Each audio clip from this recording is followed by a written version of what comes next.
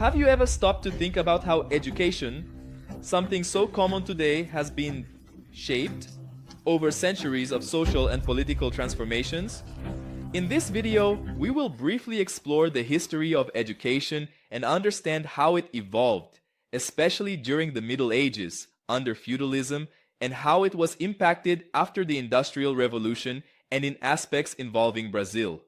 In the Reforms and Counter-Reforms, I am Paulo Cesar, and I will help you understand a bit more. The content that will be covered in the National Access Exam for the Masters in Professional and Technological Education, the ProfePT.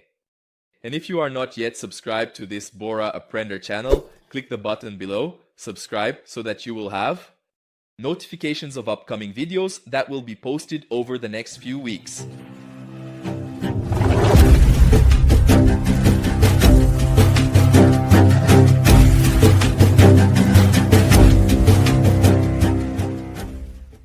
In the Middle Ages, education was reserved for a few. The word school comes from Greek, meaning a place of leisure, and it was intended only for those who had free time, like the nobility and the clergy. Meanwhile, workers learned their skills directly on the job.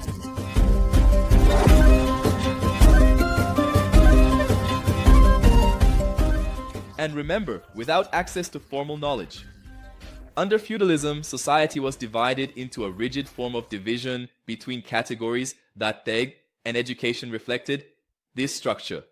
The church, for example, controlled most of the schools, and the main goal was to prepare the children of the elite for roles within the church or the feudal administration. And just to refresh your memory, feudalism was the economic, social, and political system that was predominant in Europe during the Middle Ages, especially between the 9th and 15th centuries. It was based on land ownership, where society was rigidly divided into classes. At the top were the feudal lords, who owned large portions of land, called fiefs, and exercised power over the peasants, who were the serfs.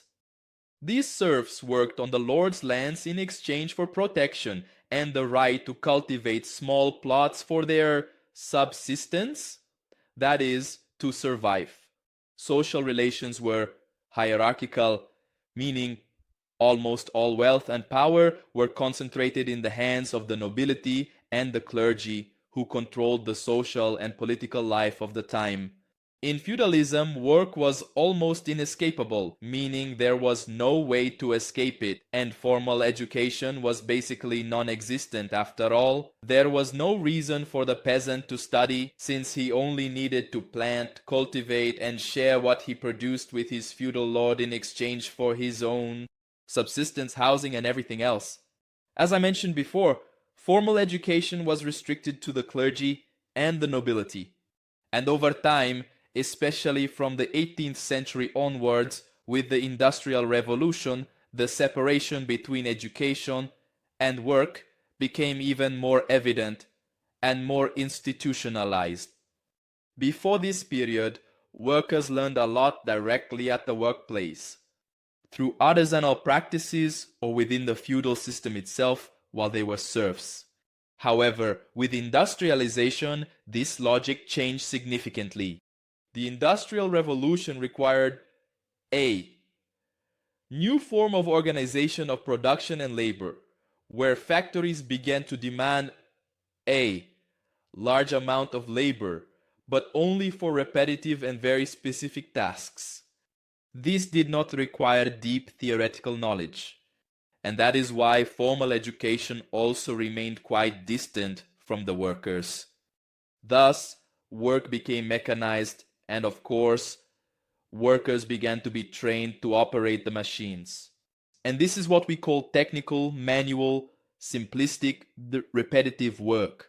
Education, on the other hand, began to be seen as a tool for consolidating the political and economic power of the ruling classes.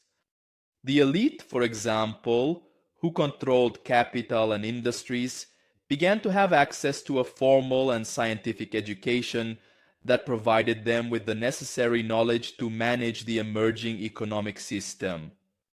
Educational institutions were created with the purpose of training professionals for the fields of administration, engineering, and sciences, leaving out the working class who did not need a complete education for the roles they performed in factories, considering that these roles were simpler, more manual, artisanal, and technical. This separation between intellectual training and manual training consolidated what we call an educational duality.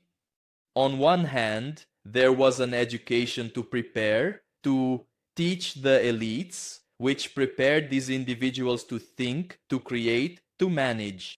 On the other hand, there was training for the working class, which was merely technical, teaching only what was necessary to operate the more mechanical activities. This duality reinforced what we call a class division. While the elite had access to knowledge that expanded their opportunities, the workers were confined to a type of education that kept them in their position of subordination. This dual structure, this dualism we are talking about, persists even to this day. In Brazil, for example, this logic is present in the successive educational reforms that have tried to separate general education from technical education.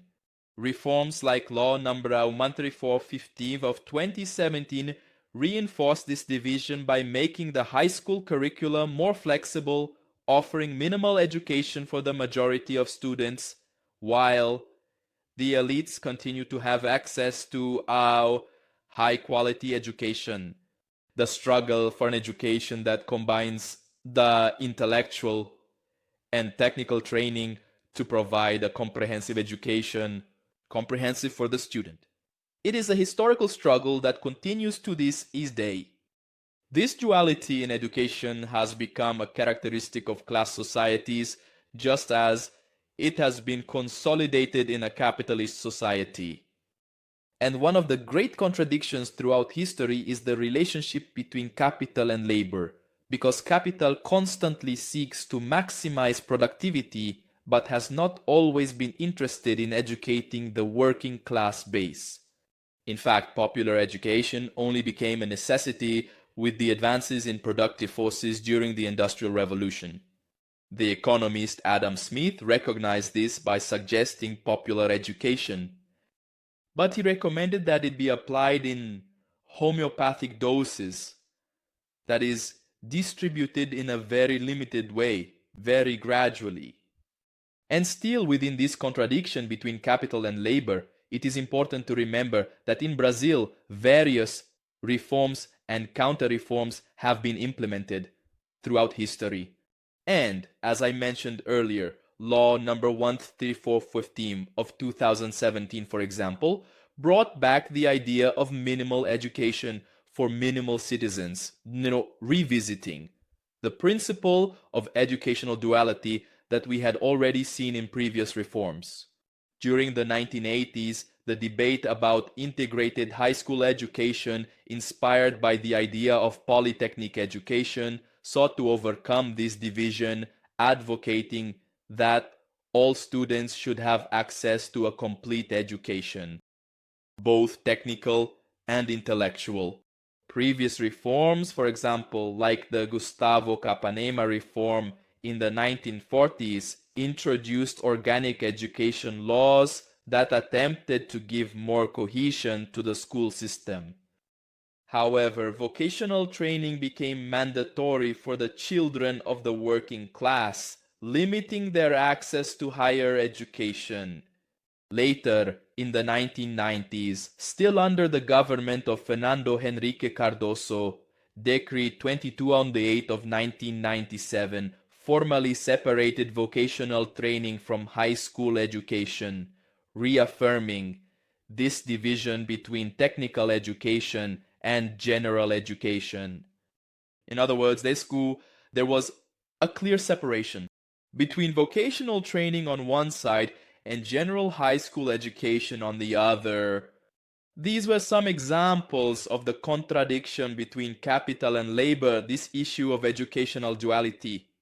And it is important to understand that all these historical contradictions help us to reflect a little more on the role that education, and especially in our case of studies here, vocational and technological education, integrated high school, the role that this education should have in Brazil.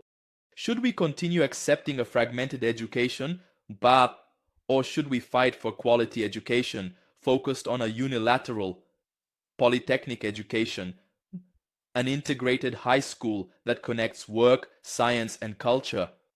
These are fundamental questions discussed by Professor Marici Ramos in the text. Alright? If you want other videos about this text, don't forget to comment. Right below here, comment for me if you liked it, if you want more content like this. And don't forget to subscribe to the channel, because that way you'll receive notifications when I publish a new video. Let's go together towards the National Access Exam for the Masters Prof PT. See you in our next video.